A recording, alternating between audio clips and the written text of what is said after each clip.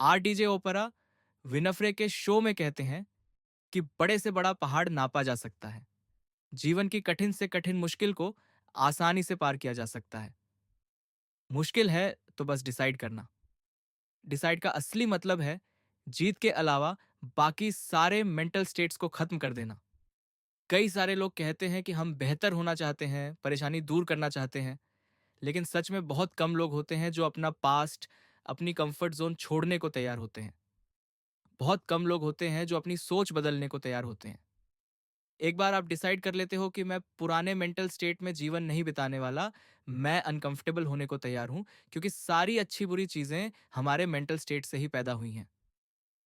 Last day of drugs, इसका idea हमको RDJ की कहानी से मिलता है। वे कहते हैं कि 2003 की एक सुबह मैंने नशे में बर्गर खाया और शायद वो बर्गर बासा पुराना था। उसे खाकर मुझे ऐसा लगा कि मैं मर जाऊंगा। मुझे अंदर से काफी बेचैनी हुई और इस बेचैनी में मैंने निश्चय किया कि मैं कभी ऐसी स्थिति में दोबारा नहीं आना चाहता। ड्रग्स मेरे जीवन को और शरीर को तबाह कर रहे हैं। मैंने हमेशा के लिए उस मेंटल स्टेट को छोड़ने का डिसीजन लिया जिसमें मैं कमजोर पड़कर में ड्रग्स लेता था। उस दिन समुद्र में जाकर सारे ड्रग्स बहा दिए और उसके बाद से कभी ड्रग्स हाथ नहीं लगाए। वो दिन खास था, इसलिए बर्गर का रेफरेंस आयरन मैन की पहली मूवी में भी देखने मिलता है। परसिस्टेंस आरडीजे के सफर से अगली बड़ी सीख है परसिस्टेंस। आरडीजे कहते हैं कि उम्मीद खो देना बहुत आसान है, लेकिन बड़ी से बड़ी परेशानी भी अपने आप सॉल्व होती है जब आप परसिस्टेंट होते हो। जेल से छूटने के बाद मुझे छोटे मोटे काम मिले, कुछ फिल्में भी की। फिर मुझे आयरन मैन के ऑडिशन के लिए बुलाया गया। आरडीजे कहते हैं कि एक रात पहले 1000 बार तक दोहराता रहा। ऑडिशन वगैरह सब बढ़िया हुआ, लेकिन ड्रग एडिक्ट की रेपुटेशन के कारण मार्वल का मैनेजमेंट मुझे फिल्म में लेने को तैयार नहीं था। ये वो समय था जब मार्वल दिवालिया होने की कगार पर था। मार्वल स्पाइडरमैन के राइट्स पहले ही सोनी को बेच चुका था। डॉक्टर स्ट्रेंज, ब्लैक पैंथर जैसे 10 कैरेक्टर्स को गिरवी रखकर मार्वल ने आयरन मैन बनाने के लिए पैसे जुगाड़े थे। अगर उस समय आयरन मैन फ्लॉप होती तो डिज्नी या कोई दूसरा स्टूडियो मार्वल को खरीद लेता। इसलिए मार्वल का मैनेजमेंट इतना बड़ा रिस्क उठाने को तैयार नहीं था। फिल्म के डायरेक्टर जॉन फेवरेव ने बहुत कोशिश की, लेकिन वे मैनेजमेंट को मना नहीं पाए। उन्होंने आरडीजे को फोन पर बताया कि ये आयरन मैन का कैरेक्टर तुम्हारे लिए बना था, लेकिन अब उम्मीद करना बेकार है। आरडीजे अपने अंदाज में कहते हैं। ऐसा सुनकर जॉन को बहुत प्रेरणा मिली और आखिरकार बहुत मनाने के बाद आरडीजे को वो रोल मिला और एमसीयू का इतिहास हम सबके सामने है। नेपोलियन हिल कहते हैं कि आरडीजे ने कभी सोचा ही नहीं कि उन्हें आयरन मैन का रोल नहीं मिल सकता। वो अंदर ही अंदर ये बात मान बैठे थे कि ये रोल उनके लिए ही बना है। इसलिए तमाम रिएक्शन के बावजूद उनकी आंखों के सामने वो विजन बना रहा। चाइल्डहुड जिसके चलते रॉबर्ट डाउनी जूनियर बचपन से एक्टिंग सीखते रहे। 5 साल की उम्र में उन्होंने पहली बार इंडिपेंडेंट फिल्म में काम किया। आपको जानकर आश्चर्य होगा कि रॉबर्ट डाउनी जूनियर का ड्रग एडिक्शन 6 साल की उम्र में शुरू हुआ, जब उनके पिता ने रॉबर्ट को पहली बार गांजे का कश लगाने दिया। रॉबर्ट कहते हैं कि उस समय नशा करना कूल माना जाता था। मेरे आसपास सब लोग कर रहे थे और मुझे कभी किसी ने रोका नहीं। करीबन 20 साल की उम्र में आरडीजे ने हॉलीवुड में काम करना शुरू किया और अपने काम से नाम कमाना शुरू किया। फिर 1995 के आते आते ड्रग एडिक्शन काबू से बाहर हो गया।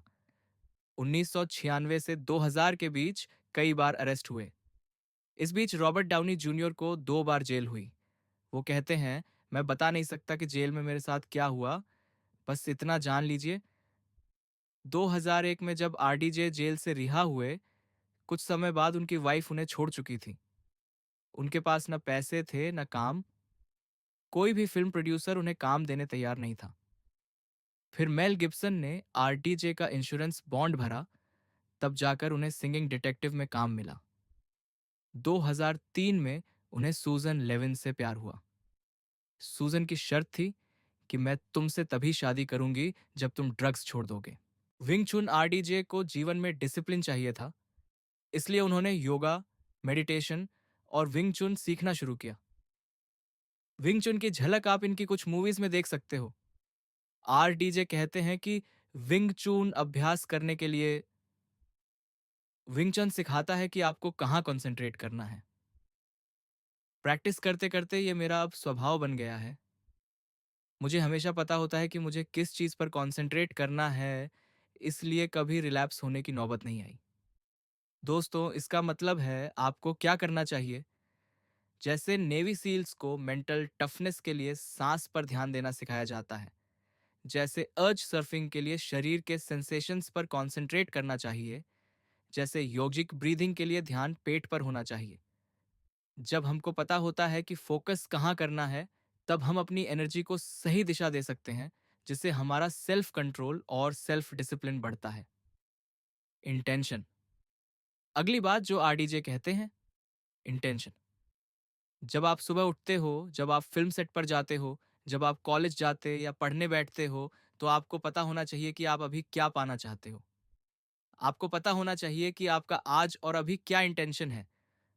मान लो आप डिसाइड करते हो कि मैं इस वीडियो से बस एक बात अपने जीवन में उतारूंगा, तो आपके वीडियो को देखने का तरीका बदल जाएगा। जैसे एक्शन बार बार लेते हैं, वैसे रिजल्ट सामने दिखने लगते हैं। जब भी आपको लगे कि मेरा फोकस गिर रहा है, ऐसा करने से तत्काल आपको एक्शन की क्वालिटी में अंतर पता चल जाएगा। Genius versus character.